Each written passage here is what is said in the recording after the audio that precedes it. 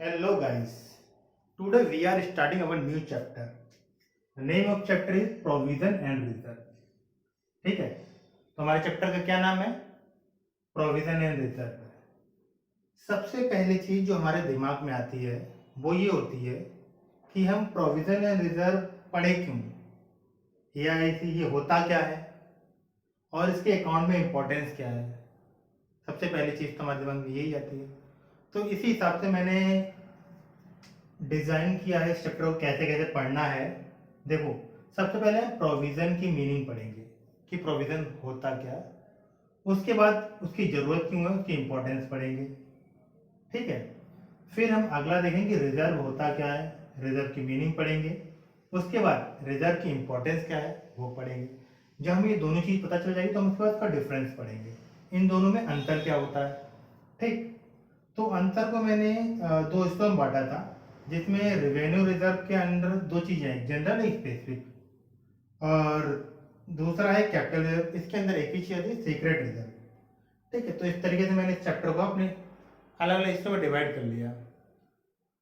और एक चीज और बता देता हूँ, ये जो चैप्टर पूरा थ्योरेटिकल है, हमारे जो एग्जाम में आएगा वो सारे ऑब्जेक्टिव टाइप क्वेश्चन अधिकतर होंगे, लेकिन शायद ही ऐसा कोई चैप्टर हो अकाउंट्स में जिसमें इन दोनों के नाम ना आते हों, और अगर इसके बारे में पता नहीं होगा तो उनके नाम आना ना आना बात बराबर है।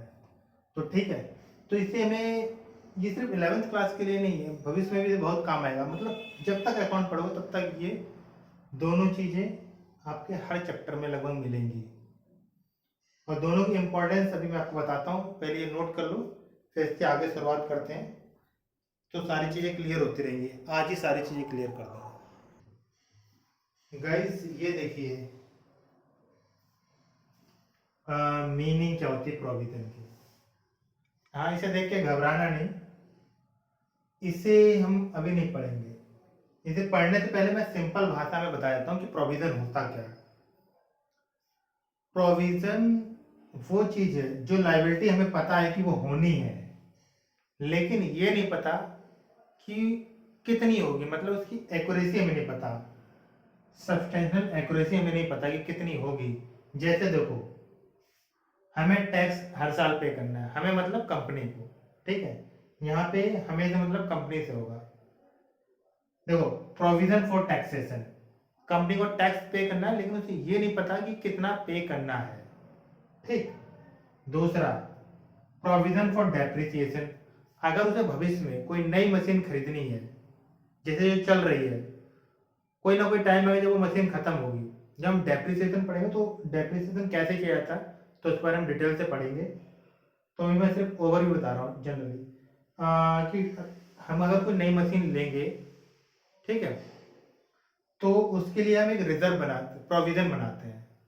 ठीक, तो वो प्रोविजन प्रोविजन फॉर डेप्रिसिएशन, यानी उसके लिए भी हम रुपए निकाल के रखेंगे कि भविष्य में अगर ये मशीन खत्म होती है, या किसी तरह कोई खराबी होती है, या उसमें कुछ मेंटेनेंस कराना है, तो उसके लिए भी हमको एक रिजर्व बनाना पड़ता है, प्रोविजन बनाना पड़ता है। तो वो सारी चीज़ आती है। दूसरा, कभी कभी हमें अपने डेटर्स को, यानी कि जिससे हमने सामान बेचा है, उसे डिस्काउंट भी देना पड़ता है। तो ये भी नहीं पता कितना डिस्काउंट देना है, तो उसके लिए भी एक प्रोविजन बनाना है। और कभी कभी हमने जो सामान बेचा है उस पर हमें बैड डेट, नुकसान हो जाता है, तो उसका भी एक प्रोविजन बनाना पड़ता है। ठीक है, तो इसका अगर मैं सबको जो कॉन्क्लूजन बताऊं, तो ये है कि प्रोविजन वो लायबिलिटी है जो हमें पता है, लेकिन हमें ये नहीं पता कि भविष्य में पे कितनी करनी है, या उस पर कितना खर्चा हो जाएगा। उसके लिए हम एक अंदाजे से प्रोविजन बना के रखते हैं। ठीक है, और देखो इसकी जो डेफिनेशन है वो कंपनीज एक्ट के थ्रू आई है। किससे आई है? Companies act. According to the companies act, the term provision refer to any of the following amount. ये दो चीजें, क्या चीज? द अमाउंट रिटर्न ऑफ, ठीक है, और written by way of providing depreciation, या रिन्यूअल है, या डिमिनिशन वैल्यू ऑफ एसेट्स है। ठीक, दूसरा क्या है?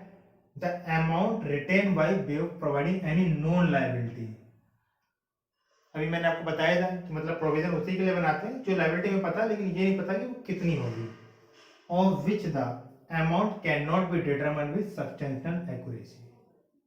ठीक है, और ये एग्जांपल्स हैं, इन्हें भी एक बार आप नोट कर लो।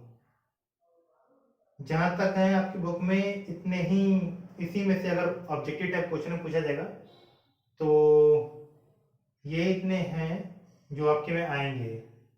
ठीक है, ये डेप्रिसिएशन इसकी डेफिनेशन ये भी नोट कर लो, हो सकता है ऑब्जेक्टिव टाइप क्वेश्चन में ये पूछ ले। ठीक है, इसमें वैसे है कुछ नहीं, यही कि रिटर्न ऑफ वैल्यू और रिटेन वैल्यू है for depreciation, providing for depreciation.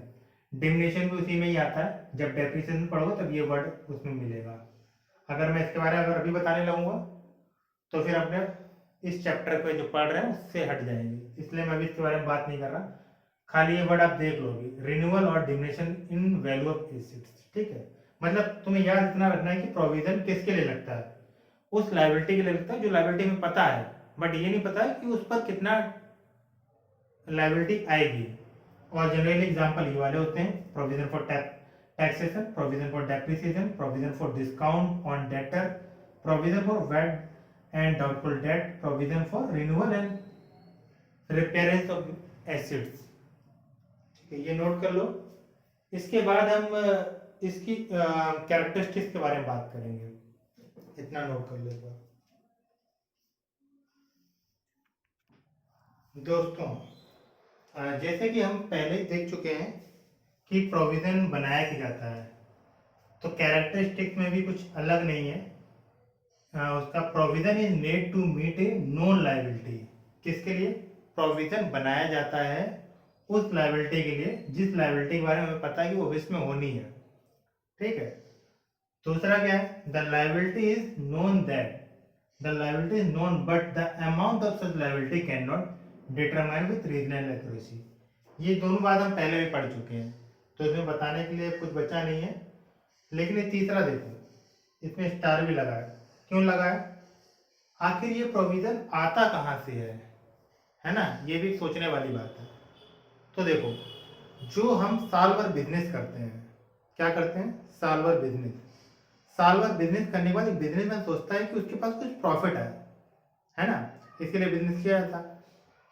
तो जब वो प्रॉफिट निकाला जाता उससे पहले ये देखा जाता है कि हमारी नॉन लायबिलिटीज कितनी है, कि हमें जैसे टैक्स पे करना ही है, डेप्रिसिएशन देना ही है, डिस्काउंट हमने कितना दिया, डिस्काउंट का रुपए भी हमें निकालना है, डेटर को discount, bad debt doubtful debt कितने हैं उसका भी रुपए निकालना है। तो जो ये सब चीजें हैं वो सब पहले हम प्रॉफिट डिस्ट्रीब्यूट करने से पहले वो प्रोविजन का अमाउंट निकाल लेते हैं। ठीक है, उसके बाद हम एक्चुअल प्रॉफिट निकालते हैं। तो क्या है? Provision is charge against the profit of the year, मतलब प्रॉफिट से ही निकाला जाता है। पहले प्रोविजन निकाला जाए, फिर उसके बाद जो बचेगा वो प्रॉफिट होगा। ठीक है, ये इसलिए स्टार लगाया था, इस पर ध्यान देना। अब देखो इंपॉर्टेंस क्या होती है प्रोविजन की, हमें बनाने से फायदा क्या होगा? इसे बनाने से हम बिजनेस की नेट प्रॉफिट को जान पाएंगे। अगर हम प्रोविजन निकालेंगे नहीं, नॉन लायबिलिटीज को निकालेंगे ही नहीं, तो हम उसे भी अपना प्रॉफिट का हिस्सा मान लेंगे, लेकिन जब बाद में उसे पे करेंगे तो हमारा प्रॉफिट कम हो जाएगा, तो हमारे यहाँ पे नेट प्रॉफिट में समस्या आएगी ना। तो इसलिए अगर हम इसे निकाल देंगे तो हमें एक्चुअल नेट प्रॉफिट पता चल जाएगा, पहला फायदा। दूसरा, true financial position of business पता चल जाएगी, दूसरा फायदा। तीसरा, हमारे पास जो भी नॉन लायबिलिटीज है, ठीक है, उनके लिए हम पहले से ही फंड जुटा के रख पाएंगे, है कि नहीं? जैसे लायबिलिटी का टाइम आएगा तुरंत पेमेंट, कोई समस्या नहीं, बिजनेस में कंटिन्यू चलता रहेगा स्मूथली, है ना? और चौथा क्या है? Easily distributed expenses of non liabilities. अब क्या है, जैसे मान लो कि हमारी जो भी नॉन लायबिलिटीज है उनके लिए हमने जैसे अलग अलग हेड बना दी कि प्रोविजन टैक्सेशन के लिए इस जगह अमाउंट रखना है, प्रोविजन फॉर डेप्रिसिएशन के लिए इस जगह अमाउंट रखना है, provision for debt and doubtful debt के लिए इस जगह रखना है, provision for discount for debtor के लिए अलग अलग अलग अलग हेड बना दिए, तो वहां पे हम वो अमाउंट ट्रांसफर करते रहेंगे, तो वो इजिली डिस्ट्रीब्यूट भी हो जाएगा। तो ये सारे इसमें फायदे हैं। ठीक है, ये बात हो गई हमारे प्रोविजन की। मेरे हिसाब से प्रोविजन में और तो कोई चीज़ बची नहीं है जो आपके लेवल की हो। हाँ, वैसे कई सारी चीज़ें हैं, लेकिन अगर मैं बताऊंगा तो वो काम की नहीं है आपकी। जैसे जैसे क्लास बढ़ेगी उस हिसाब से बताएंगे, ठीक है। तो 11th के स्टैंडर्ड से इतना ही है। अब हम बात करेंगे रिजर्व की। तो रिजर्व की हम नेक्स्ट क्लास में बात करेंगे, ठीक है। आज के लिए इतना ही।